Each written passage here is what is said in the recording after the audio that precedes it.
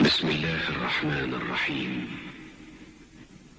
سنريهم آياتنا في الآفاق وفي أنفسهم حتى يتبين لهم أنه الحق.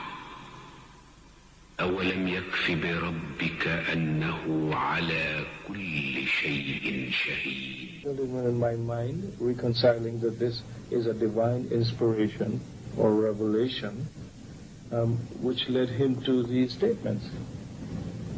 وهذا هو البروفيسور TV بيرساد، رئيس قسم التشريح بكلية الطب بمينيتوبا بكندا. عرفنا عليه الدكتور مور، وقال الدكتور مور: هناك علماء أحرار يهمهم البحث عن الحقيقة، وهذا أحدهم. البروفيسور TV بيرساد مؤلف مشهور، له عدد من الكتب ألفها في علم أمراض النساء، وأضاف أيضا إلى هذه الكتب بعض ما جاء في القرآن والسنة، وأشار إلى هذه الآيات والأحاديث في كتابه، وقدم عددا من البحوث في عدد من المؤتمرات. وكان من ضمن أبحاثه ما قدمه حول حديث الرسول صلى الله عليه وسلم الذي رواه مسلم، وهو قول الرسول صلى الله عليه وسلم: إذا مر بالنطفة 42 ليلة بعث الله إليها ملكا فصورها وخلق سمعها وبصرها ولحمها وجلدها وعظامها، ثم قال: يا ربي أذكر أم أنثى؟ فيقضي ربك ما شاء. كما نرى في هذه الصورة، هذه صورة للجنين في اليوم 35، لا نكاد نميز فيه صورة الإنسان. وهذه الصورة التي نراها، الصورة القادمة الآن التي بين أيدينا الآن، هي صورة للجنين في اليوم 42 تماما.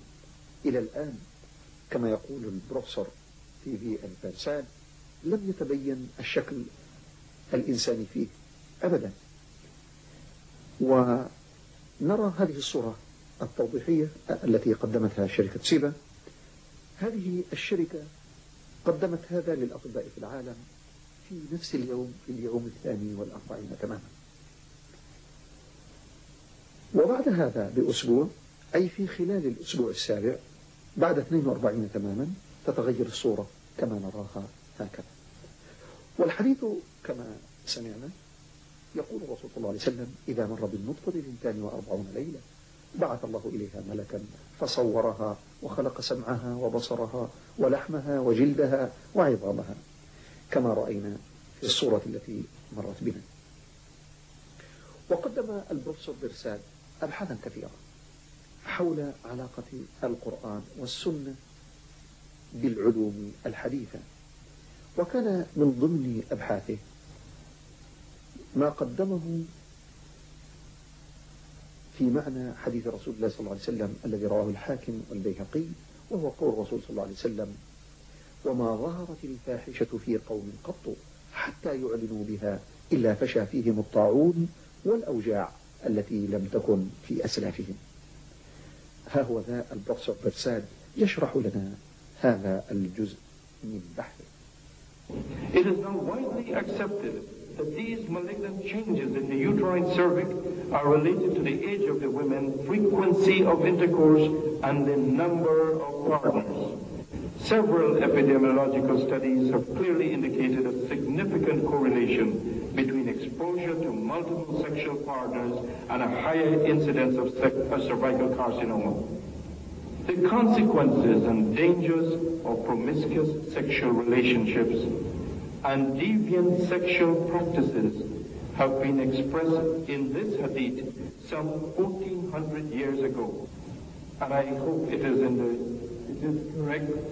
The lewdness will not exist among people until they appear as a common practice and plagues a new disease which did not exist before, will spread among them.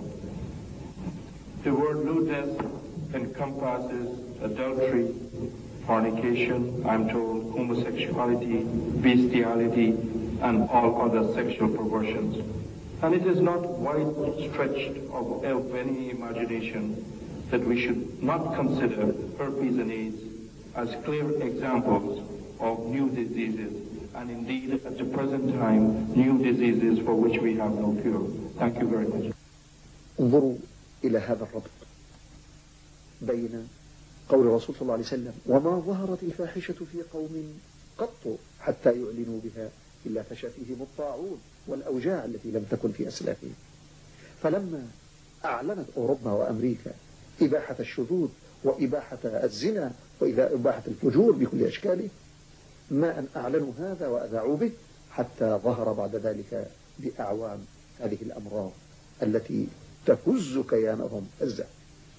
وصدق رسول الله صلى الله عليه وسلم، إنها أمراض جديدة، طاعون فشى، تفشي وتسري بين الناس وهم يخافونها، إلا فشى فيهم الطاعون والأوجاع التي لم تكن في أسلافهم.